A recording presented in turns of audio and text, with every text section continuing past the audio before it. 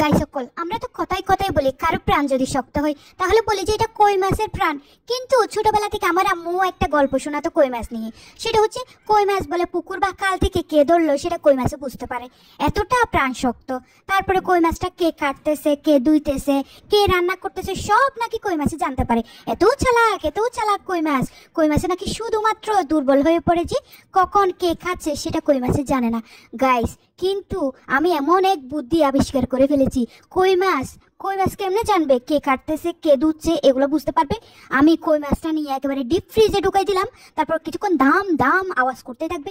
এরপরে দেখবেন কই মাছ একদম মরে গেছে।